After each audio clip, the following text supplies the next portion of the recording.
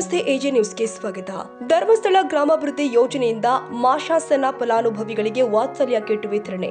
ಹಾವೇರಿ ಜಿಲ್ಲೆಯ ಶಿಗ್ಗಾವಿ ತಾಲೂಕಿನ ಹುಲಗೂರು ಕಾರ್ಯಕ್ಷೇತ್ರದಲ್ಲಿ ದಿನಾಂಕ 5/2/2026 ಗುರುವಾರ ಧರ್ಮಸ್ಥಳ ಗ್ರಾಮಾಭಿವೃದ್ಧಿ ಯೋಜನೆಯ ವತಿಯಿಂದ ಮಾಶಾಸನ ಪಡಿತಾ ಇರುವ 4 ಫಲಾನುಭವಿಗಳಿಗೆ ವಾತ್ಸಲ್ಯ ಕಿಟ್ ವಿತರಣೆ ಮಾಡಲಾಗಿದೆ.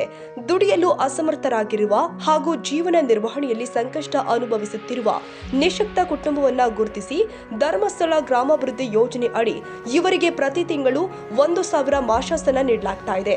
ಇದರ ಜೊತೆಗೆ ವಾತ್ಸಲ್ಯ ಕಿಟ್ ಅಲ್ಲಿ ಇರುವ ಚಾಪೆ, ತಿಂಬು, ಹೊದಿಕೆ, ಸೋಪು, ಪೌಷ್ಟಿಕ ಆಹಾರ ಮತ್ತು ಪಾತ್ರೆಗಳು ವಿತರಣೆ ಮಾಡಲಾಗಿದೆ.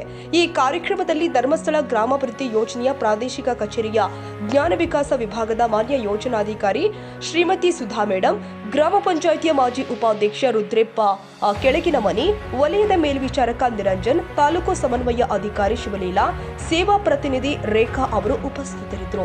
ಅತಿಥಿಗಳು ಮಾಶಾಸನ ಫಲಾನುಭವಿಗಳ ಆರೋಗ್ಯವನ್ನು ವಿಚಾರಿಸಿ ಮುಂದಿನ ದಿನದಲ್ಲಿ ಉತ್ತಮ ಜೀವನ ಸಾಗಿಸುವಂತೆ ಶುಭಾಶಯಗಳನ್ನು ತಿಳಿಸಿದರು. Raviraj Samshi, Shiggaon, AJ news.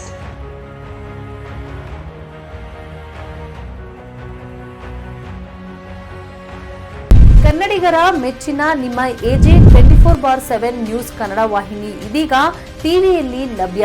ವೇಳೆ ನೋಟಿಸ್ ಕೊಟ್ಟಿದ್ರೆ ವಾಪಸ್ ತಗೋತೀವಿ. ಇವತ್ತು ವಕ್ಫ್ ಪ್ರಾಪರ್ಟಿ ಅಂತೇಳಿ ಬರ್ತದೆ ಅಂತ ಹೇಳಿದ್ರೆ ರೈತರ ಬೀದಿಗೆ ಬಂದ್ರೆ ಏನ್ ಮಾಡ್ಬೇಕಾಗತ್ತೆ? ಯಾರು ವೋಟ್ ಹಾಕಿಲ್ಲ ಅಂದ್ರೆ ಗ್ಯಾರಂಟಿನೆಲ್ಲ ಸ್ಟಾಪ್ ಮಾಡ್ಬಿಡ್ತೀವಿ.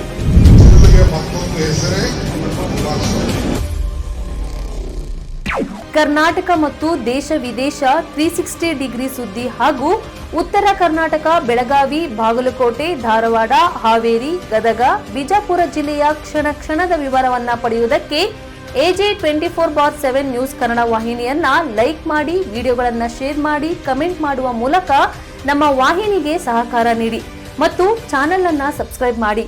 ಧನ್ಯವಾದಗಳು.